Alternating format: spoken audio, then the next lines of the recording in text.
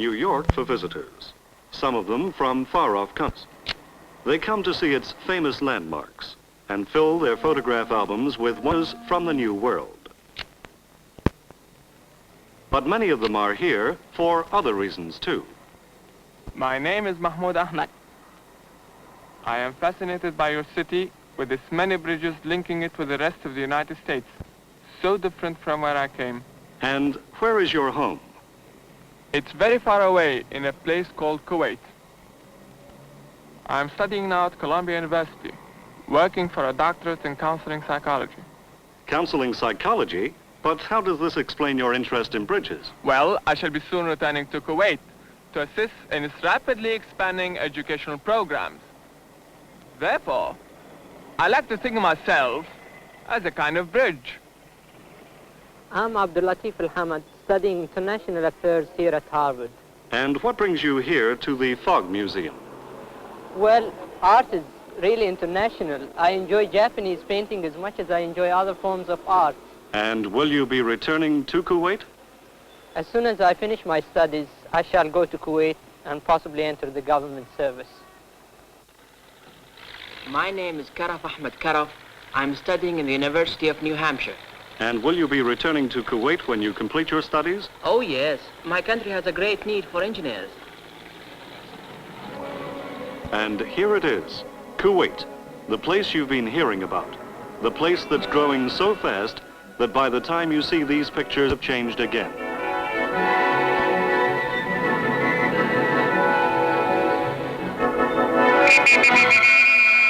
Let's take a close-up on Kuwait.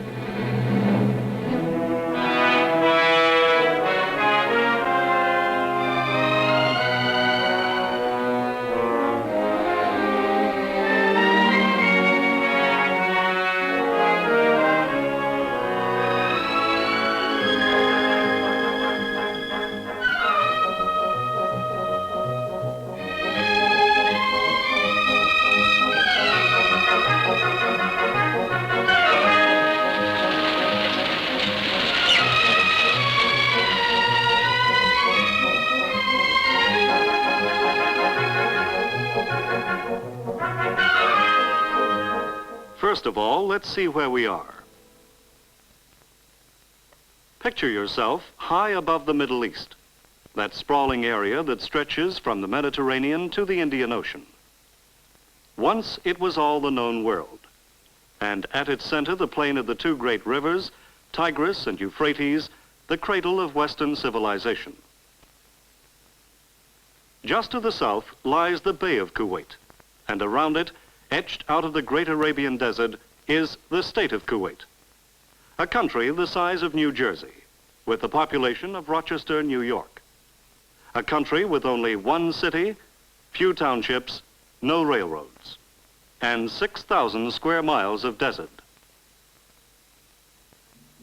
But underneath the sand lies treasure, the greatest treasure known to the modern age. This little country of Kuwait ranks fourth in the world among the oil-producing nations, surpassed only by the United States, by Venezuela, and the Soviet Union.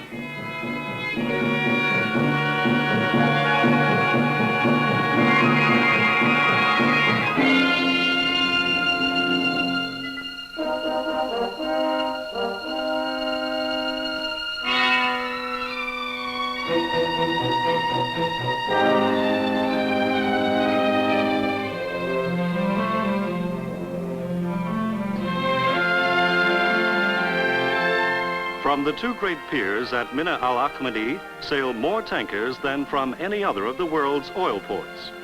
3,000 sailings a year, nearly 10 a day, to Europe and Asia, Africa and America, Australia and the Far East. 3,000 sailings and 80 million tons of oil.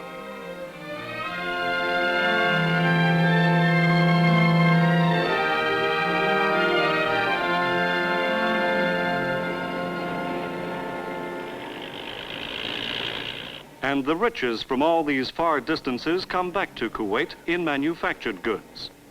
Motor cars and razor blades, aircraft and chocolates, furniture and tennis rackets, frozen foods and feather dusters, cameras and candelabra, microscopes and magazines, timber, steel and string.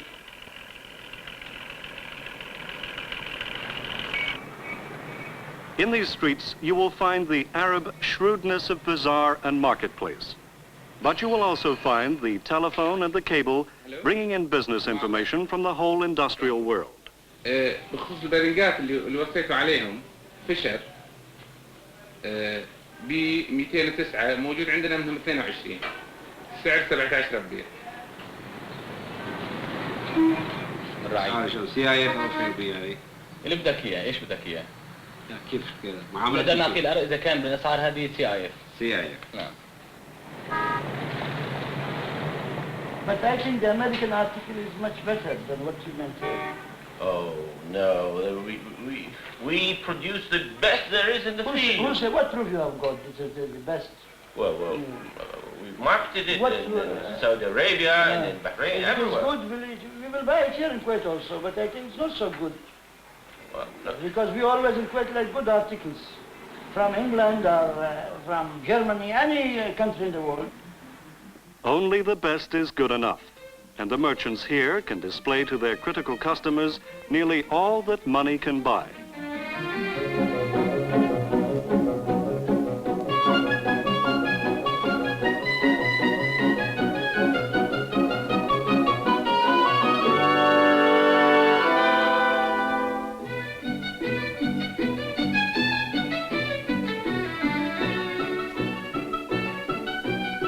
Kuwait today is cantilevered and air-conditioned.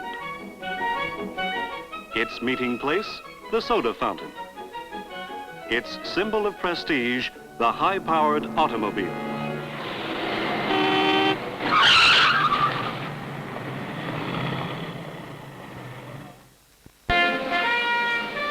Look more closely and you will find another side to Kuwait.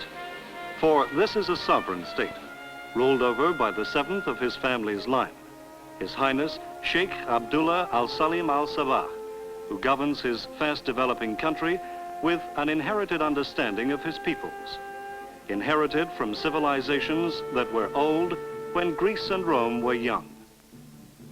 The ruler and his Council of State have made their country modern, but their way of government is Arab, based on the traditions of the family and on the Muslim faith. With these go a responsibility for the people's happiness, their welfare, and their health.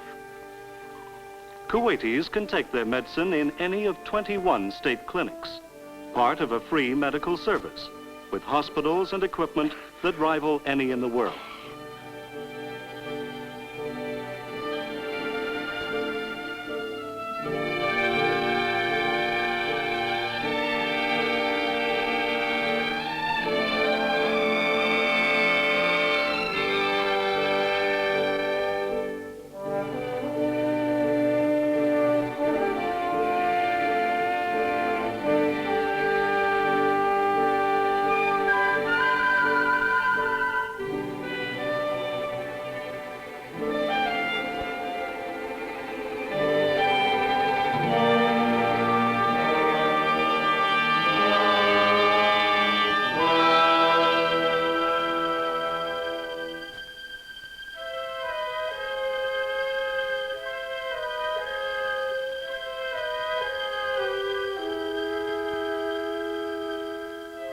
But medicine is far more than money and buildings and the latest equipment. It's the quality of the doctors and nurses that is the backbone of any medical service. And Kuwait has attracted the best from all over the world to serve its people with a sense of humor and humanity.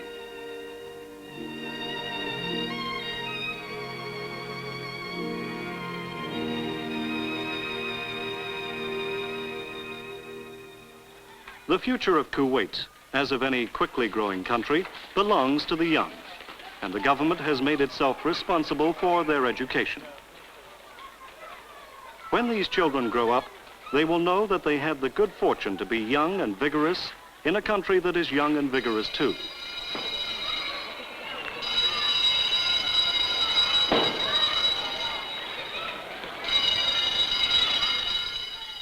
Every day to more than 100 schools come 40,000 children, or maybe one or two more.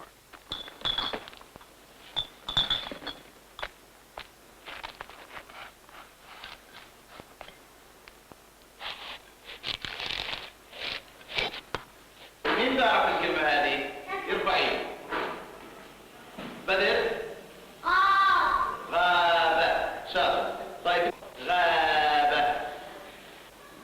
هلا مين يطلع يوريني من ايش صايرة غابة؟ إياد تعال. وريني أول شيء. شاطر. وريها للأولاد وثلاثهم عنك. طيب أنت تقدر تعرف إن الثلث تساوي كام؟ الثلث يساوي 60 لأن ضربنا البسط والمقام في 2 يساوي 60. كويس خالص. طيب والثلاثة على 5 تساوي 9 على كام؟ مين يعرف؟ أنت؟ 3 أخماس تساوي 9 على 15 لأننا ضربنا البسط والمقام في 3.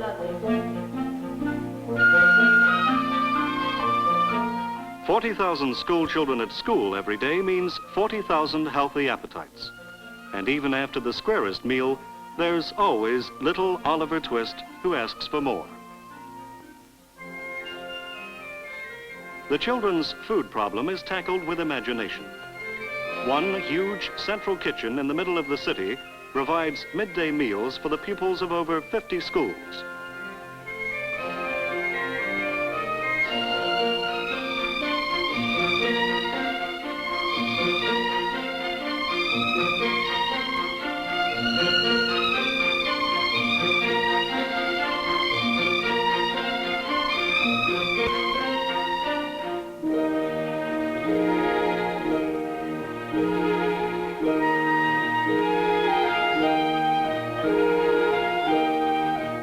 These children are sleeping the easy sleep of the fortunate.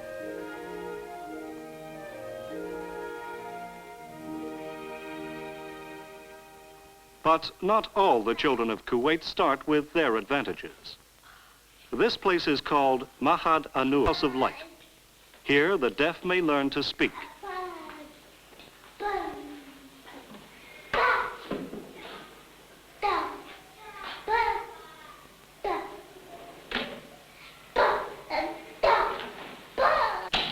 The blind to read and write.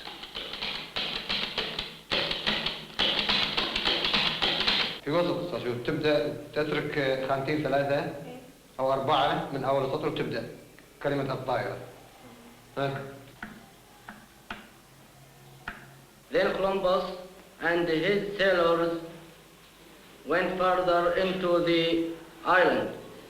They were surprised at the thick trees and the rich plants which covered. The blind housewife must learn to do the shopping by the subtleties of shape and texture.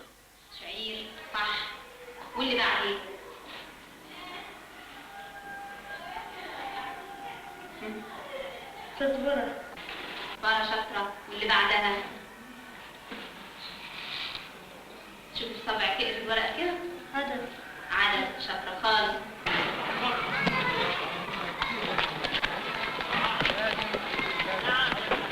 Today, these boys are Kuwait's responsibility. In a few years, Kuwait will be theirs. Take young Khalid here, a normal, healthy 8-year-old. His father is an artisan, and who knows what Khalid may become. His schoolmaster is a foreigner, an Arab from a neighboring state. For while Khalid and his generation are growing up, there will be many foreigners in Kuwait.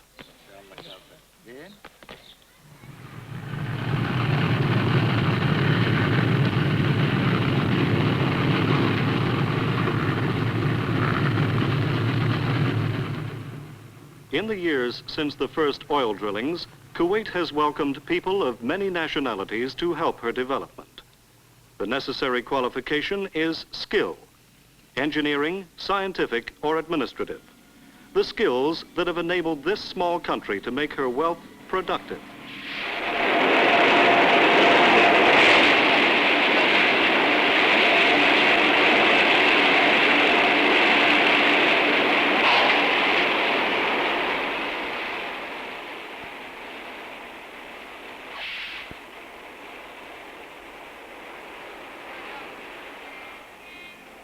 The foreigners have brought their own way of life. They are free to worship as they please.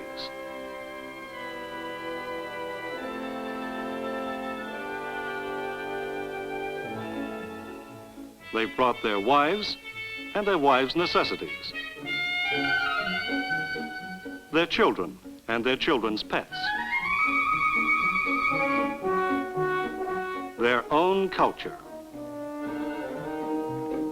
their incomprehensible enthusiasms, their passion for gardening, and above all, their patient ability to teach. Mane-bearing cat. Mane-bearing cat. Our piston. Piston. Our connecting rod. Connecting rod. And the people of Kuwait have matched it with their own ability to learn, and to learn quickly.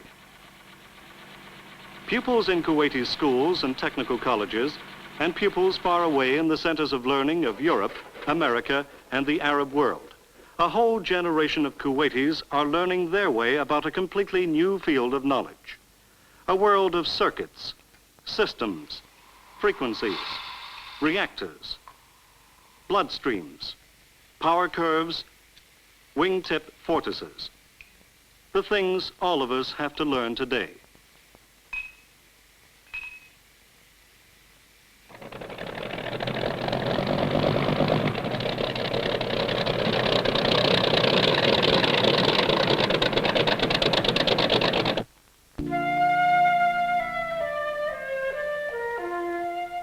Once the Arabs were the teachers of the world, its outstanding chemists, doctors, geographers. Here in the quiet of libraries and in the cut and thrust of argument, the same urgent spirit of inquiry is born again.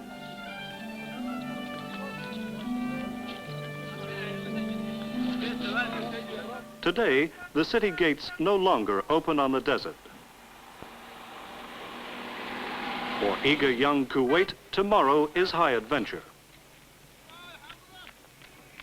But for many years yet, the material springboard of that adventure will be oil. Today, much of the energy and resources of Kuwait is needed to keep the oil industry constantly supplied with the technical facilities, the equipment, and the manpower it needs. لبيب سلم السيارات للبلدية؟ نعم سلمت إليكم. Hello? Oh, hello, Arthur. How are you? You're short of pipes? Oh, okay, I'll send you. How many? 40 numbers, 3-inch. Okay. Last year, $20 million worth of orders were placed by the oil industry in the town, and the resources of Kuwait have had to be equal to it. To swell the labor force, thousands of workers come from the neighboring countries to join the ranks of Kuwaitis in regular employment. But a far-sighted government wants to be sure that the whole country will benefit from the great wave of prosperity that oil has brought. So they've set up a government development board which studies the needs of the country and tackles them with imagination and vigor and a willingness to try out new ideas. It will be here. The last or the first? These are some of the facts they have to cope with. First of all, Kuwait is a country of desert. Without help, very little grows. Sometimes in the summer, nature can be seen at its most unrelenting. The wind from the north, the shamal, can blow the fine dry sand at storm force. But nature has a way of evening things out. For below the sand, the oil reservoirs contain vast quantities of natural gas. As a source of energy, natural gas is invaluable.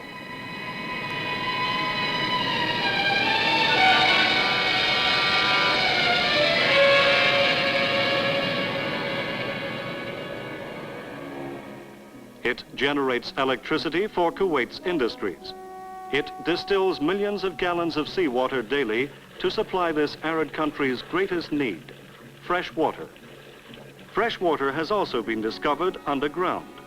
And now, even the nomadic Bedou tribesmen in their isolated tents are supplied with fresh water by tanker lorry.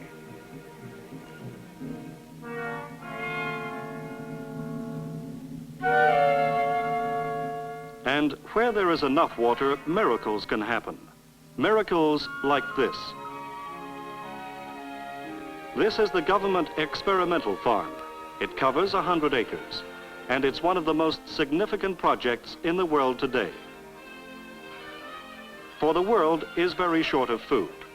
2/3 of the human race is undernourished. One of the answers is to conquer the deserts of the earth.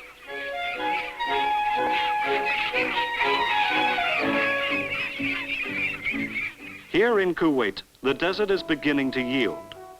They are proving that, properly cared for, livestock from Europe can live and thrive in temperatures of nearly 130 degrees.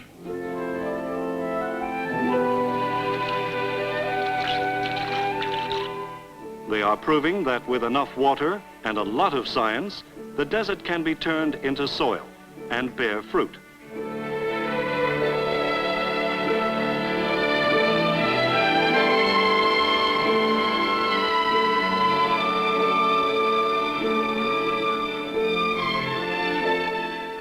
They're experimenting with hydroponics, a method that requires no soil at all. Vegetables are planted in gravel or vermiculite and fed with chemicals dissolved in water. The water is then drained off and used again.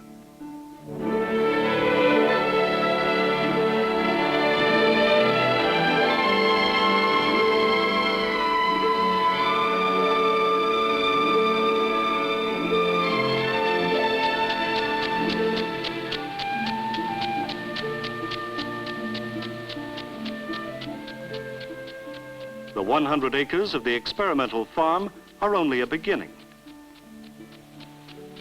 But in the end, the wilderness and the solitary place shall be glad, and the desert shall rejoice and blossom as the rose.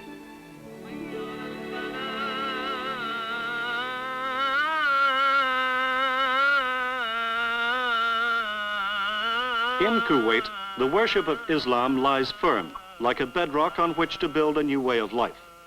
And with the belief go the traditions that belong to the Muslim world. One of these traditions is the Majlis.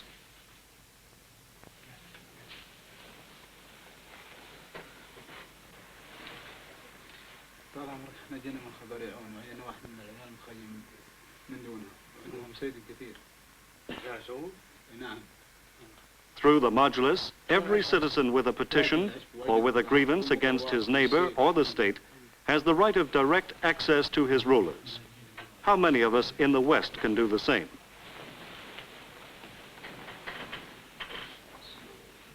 Access to the government, equality before the law.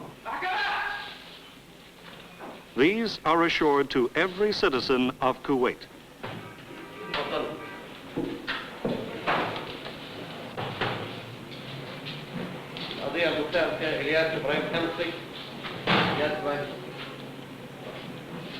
وإلياس بولس حداد وأرض نعمة.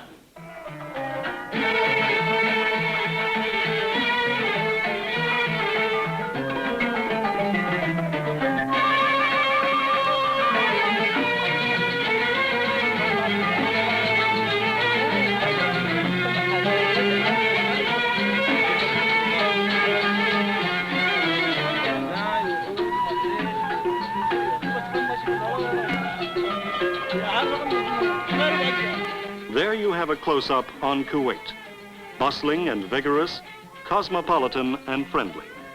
And in the middle of the hubbub, the Kuwaitis themselves, accepting progress, but valuing tradition and striking between the two.